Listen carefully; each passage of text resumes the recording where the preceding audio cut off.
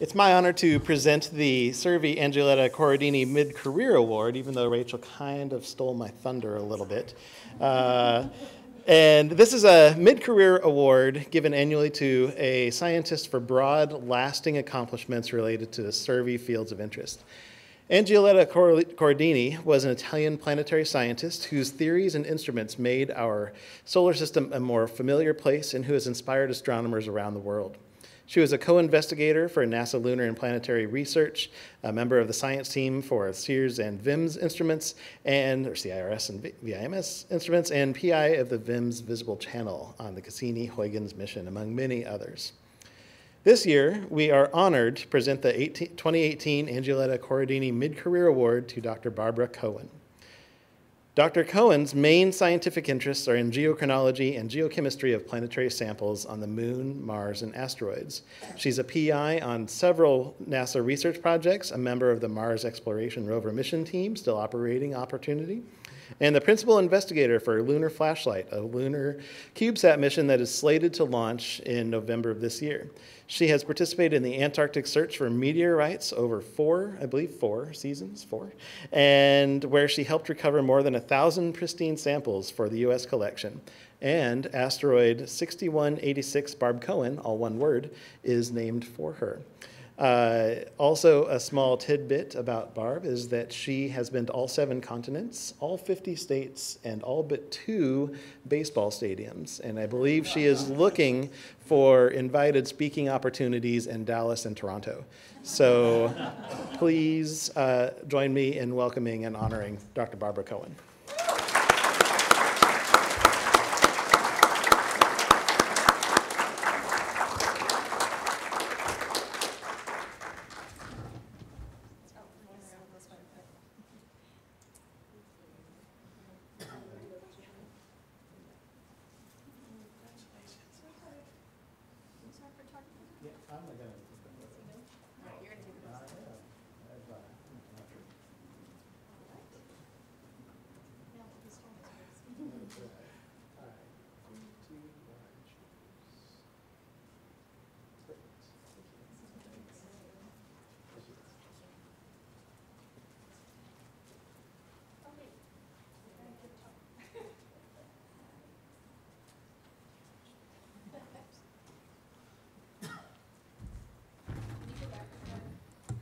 Oh.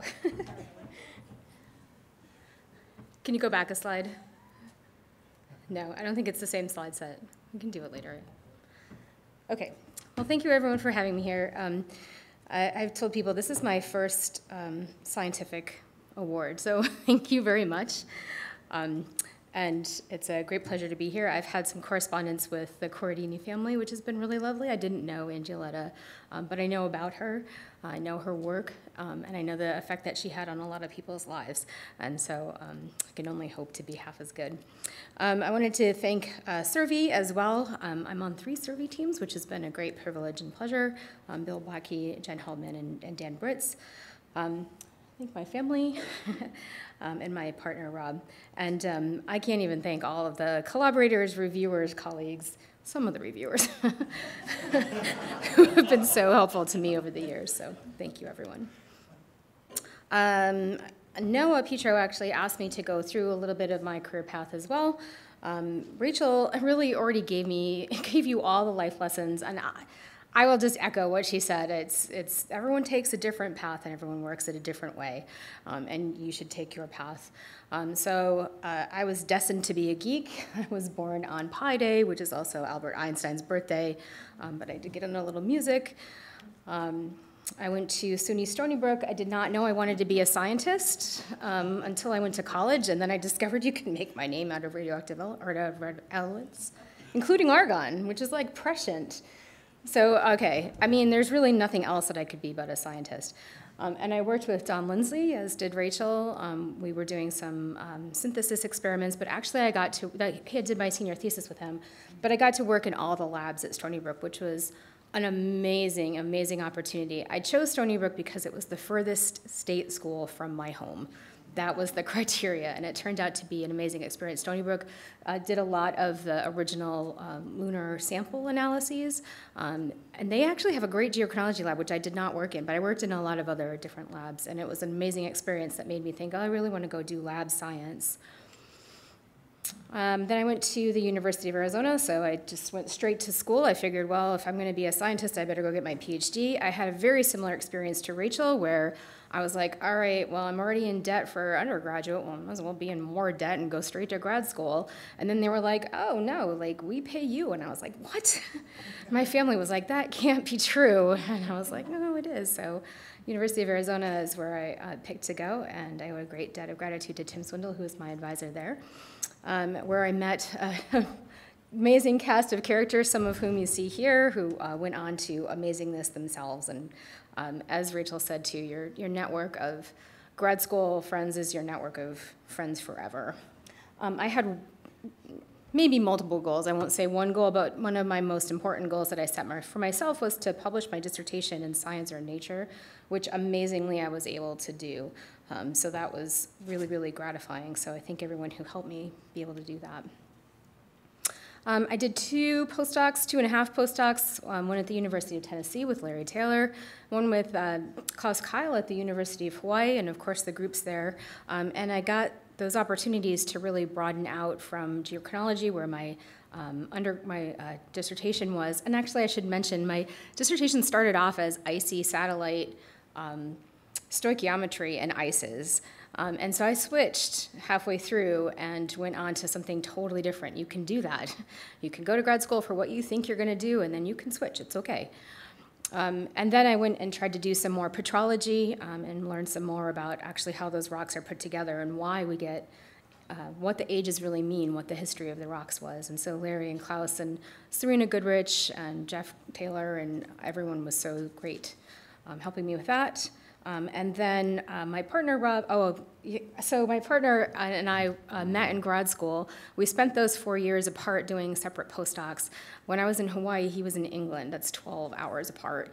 So it was really, it was the right move for us. We both wanted to do the best postdocs we could to increase our chances of getting really good jobs.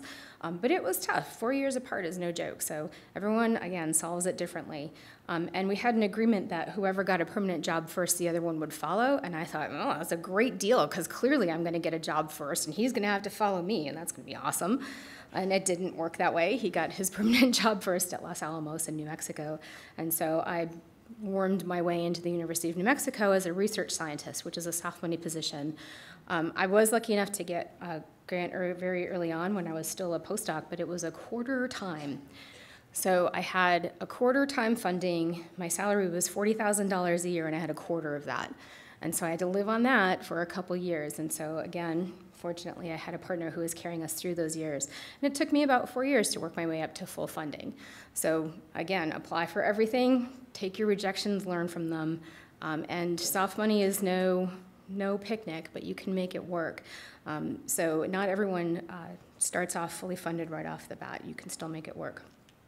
But then during the Constellation days, I ended up at NASA Marshall Space Flight Center, and now I'm at NASA Goddard doing science and exploration, which is why I'm in this community, and I'm very grateful to be here.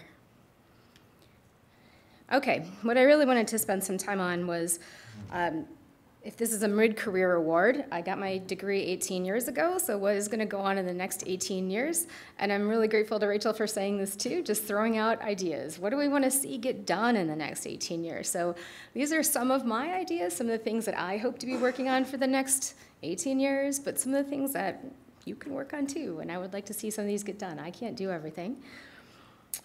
What I'm really focusing on is making geochronology as a framework for solar system history. Everything that we do, we want to understand the history of planets. That's what we're trying to do.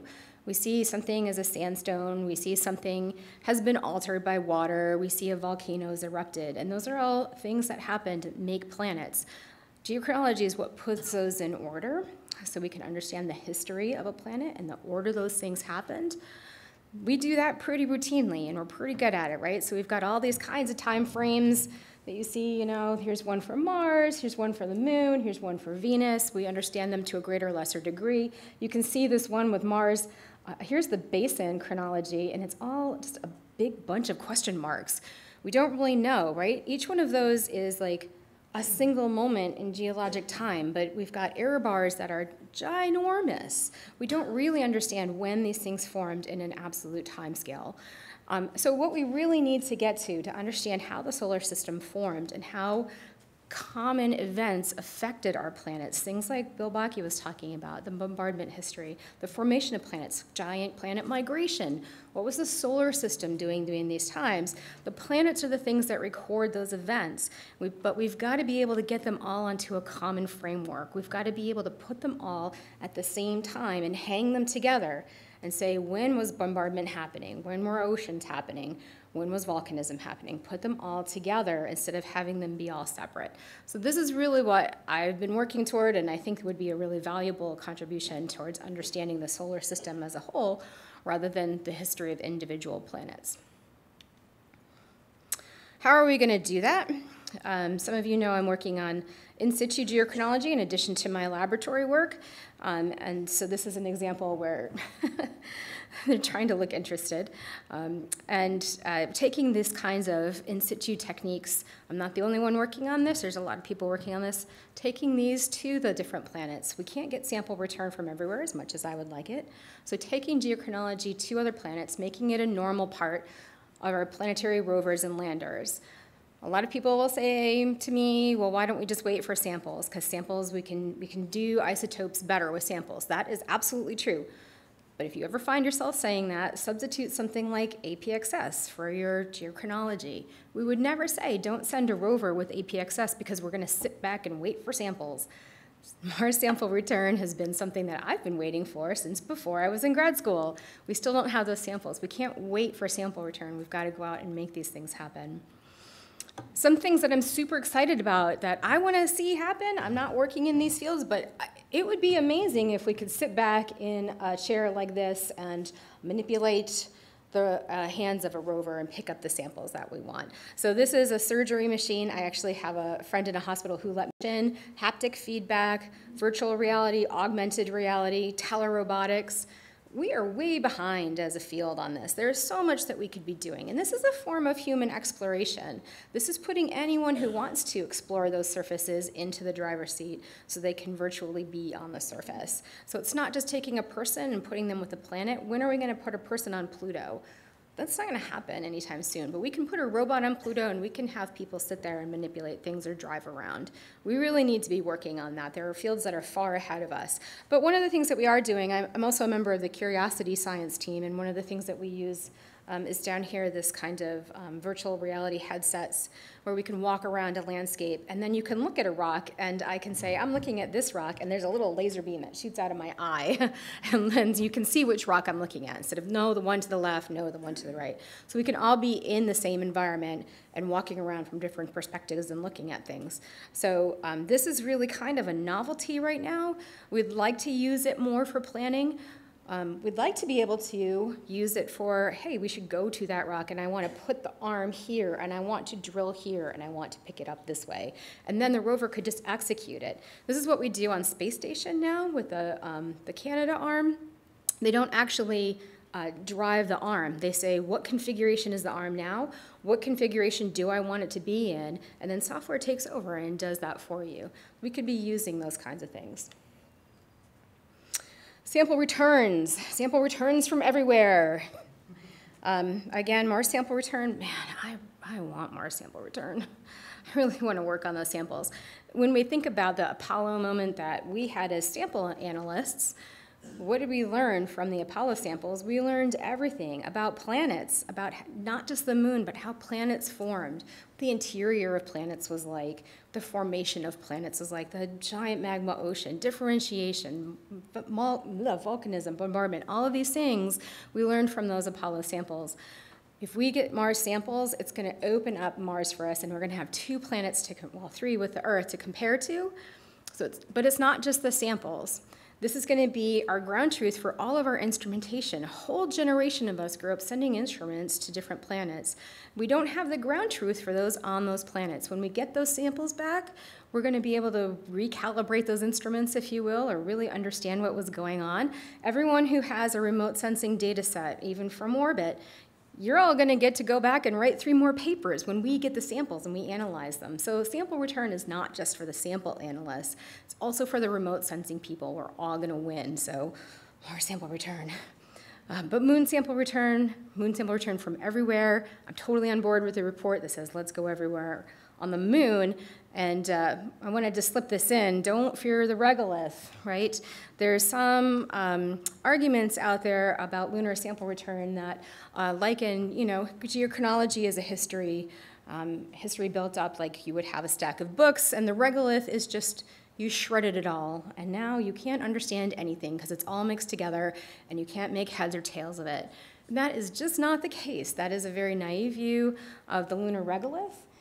And so I'm going to use Apollo 17 as a case example, okay, but Sarah showed you this yesterday in her talk as well, and there are papers out there for every landing site that show this is true.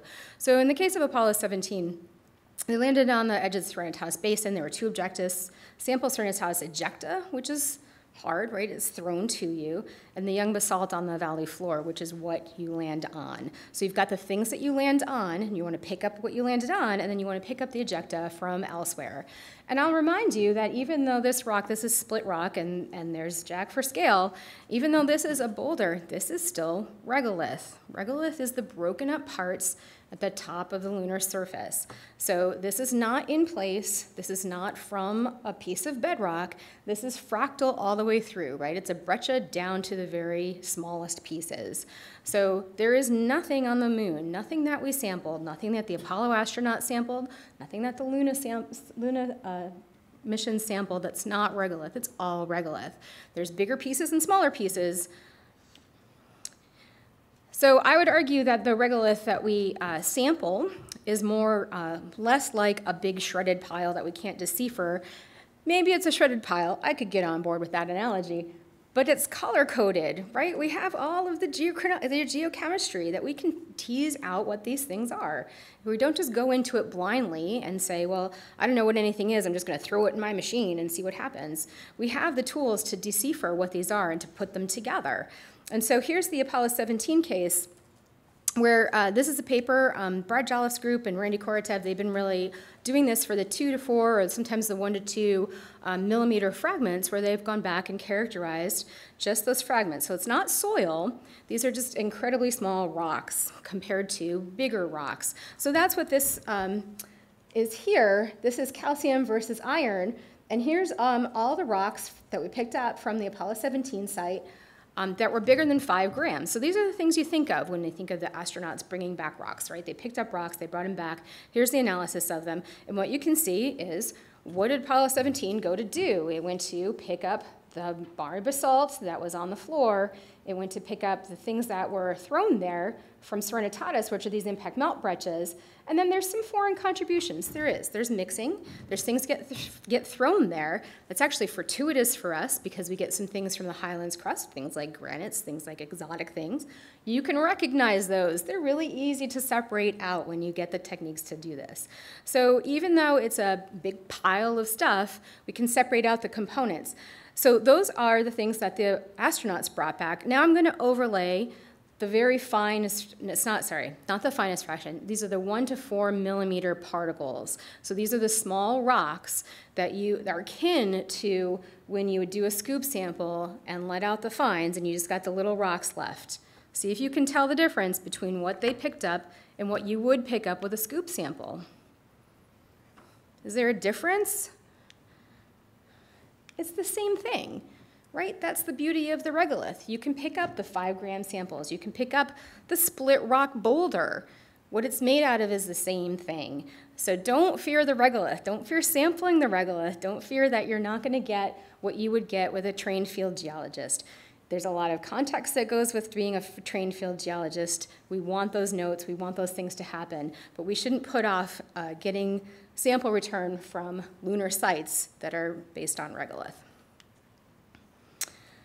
Okay, What else do we want to do? We want to work with humans. We want to make sure that we have a robust program that serves human exploration and science. Things like laboratories in space, so we don't have to put the instruments down on the surface or on the Earth. We can have them at an intermediate point. So we can have the astronauts doing things at the gateway or in Mars orbit or wherever we want. There you get sort of the benefits of having the samples to work on and the humans to work on them with our copious brains. I don't know why that one keeps showing up. Oh, because I'm going backward, that's why. I'm a PhD. Having sustained advancements in laboratory capabilities. A lot of people have been asking me this since I moved to Goddard, so I thought I'd just throw this in here. Here's our new laboratory at Goddard. We inherited a second mass spectrometer and a second in situ geochronometer. And so here's my amazing, amazing group at Goddard. And these are something that we need to keep sustaining our investment in. I know NASA is very committed to this. There's so much more to do with the samples that we have. We're going to continue to do those. And I wanted to end with this. This is so important. Actually, I was just talking to Bill Bakke about this yesterday, and he said, you know, those of us who have been around for Constellation, people who were around even before for the SEI, the Space Exploration Initiative, you know, what's different about this time? Why are we doing this again? How are we going to get different results? This is one really proven way to get different results. If we have the same old thinking, we're going to get the same old results. When we have a room full of people who all look like us, we are not going to get very much further. This is really, really important. And this is something that I'm very committed to, and I hope you will be too. So thank you.